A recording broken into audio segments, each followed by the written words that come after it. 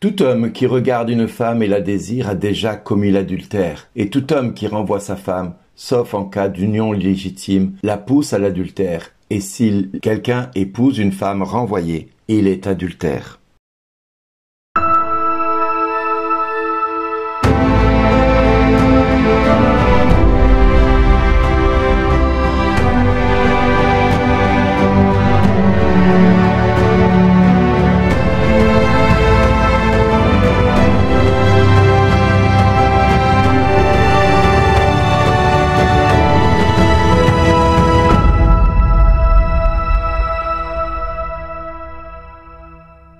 Aujourd'hui, le message vous est adressé par Bernard Dille. Bonjour les amis, Jésus a décidé de nous torturer. Oh oui, je vais dire les choses ainsi, parce qu'il rentre dans une exigence telle que beaucoup vont se sentir mal à l'aise. Tous ceux qui ne pensent pas devoir faire certaines choses sont automatiquement en opposition par moment avec ce que Dieu nous commande de vivre. Si Jésus continue à approfondir le thème des exigences, comme le sermon des béatitudes, dans le texte dans lequel il dit où il n'est pas venu abolir la loi mais l'accomplir, aujourd'hui il donne encore plus d'ampleur aux conditions pour être digne d'être son disciple. C'est pour cette raison que son observation consiste à beaucoup plus que remplir certaines conditions minimes pour avoir nos papiers en règle, pour se dire « je vais à l'église tous les jours, j'ai bonne conscience, je vais à la messe tous les jours, j'ai bonne conscience, je dis mon chapelet, j'ai bonne conscience, j'adore le Seigneur, j'ai bonne conscience ». Dieu nous donne la loi de l'amour pour arriver au sommet de ce qu'il nous appelle à vivre, mais nous cherchons toujours le moyen de changer la loi, du moindre effort. En effet, si Dieu nous a donné sa parole et que beaucoup d'entre nous en faisons que ce qui nous intéresse, nous sommes devenus un petit peu comme le monde qui a inventé le coca allégé, le beurre allégé, le fromage allégé, la crème allégée, les aliments bio, les aliments toujours plus légers, toujours plus naturels. En tout cas, c'est ce que nous espérons. Et nous avons même fait de la parole de Dieu, la Bible allégée.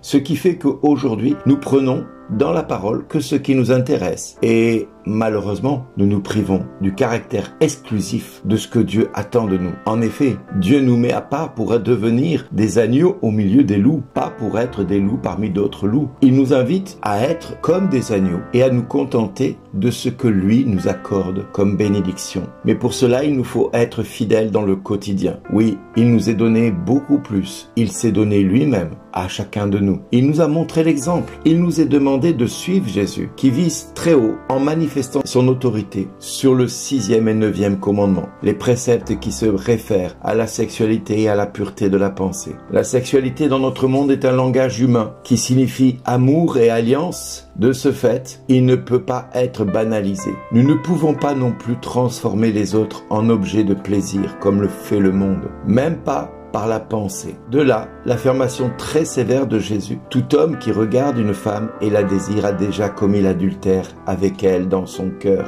Il est donc nécessaire de couper le mal à la racine et d'éviter les pensées et les occasions qui nous feraient faire ce que Dieu haït. Voilà ce que veulent dire ces paroles, qui peuvent nous sembler radicales et exagérées, mais que ceux qui écoutaient Jésus comprenaient par leur expression heurter, couper, jeter. En effet, finalement, la dignité du mariage doit être protégée pour tous et envers tous, car elle fait partie du projet de Dieu pour l'homme et pour la femme, afin que par l'amour et le don mutuel qu'ils ont l'un envers l'autre, ils ne deviennent qu'une seule chair. Et en même temps, c'est un signe et une participation active à l'alliance du Christ pour l'Église. Le Christ, en effet, a voulu dans l'Église que le mariage soit sanctifié et rendu comme étant une relation entre un homme et une femme, dans une vie conjugale, selon l'ordre préétabli dans le monde. Même si aujourd'hui le monde veuille renverser cette logique et cet ordre dans lequel tout mariage était conçu pour un homme et une femme, si l'homme aujourd'hui désire marier les hommes entre eux, les femmes entre elles, il ne peut en être une réalité spirituelle. Il ne faut pas croire que parce que vous avez choisi la vie de couple, il vous est permis de continuer à vivre d'une façon mondaine en s'abandonnant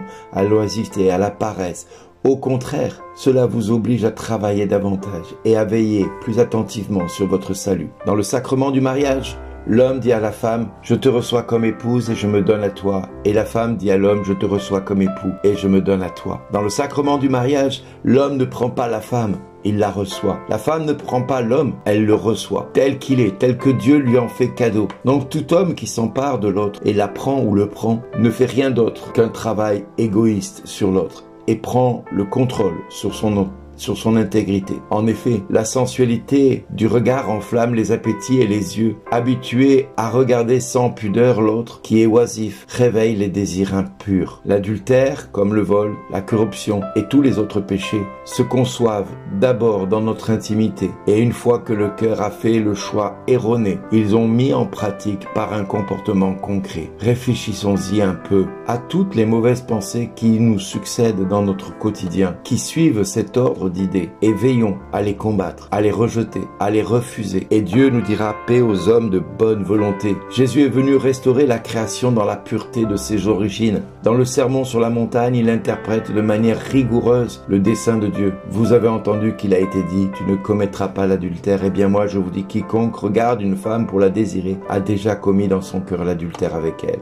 Ce que Dieu a uni, l'homme ne peut s'en séparer, mais il doit se séparer de tout ce qui le conduit à se séparer de Dieu et de son épouse ou de son époux. La tradition de l'Église a entendu le 6e commandement comme englobant l'ensemble de la sexualité humaine. Oui, le Christ ne se contente pas de la médiocrité, il nous pousse à l'excellence. Alors recherchons l'excellence, afin que le Seigneur puisse nous trouver dignes et que nous puissions tous entendre dire de la part de notre Seigneur et de notre Roi, merci d'exister.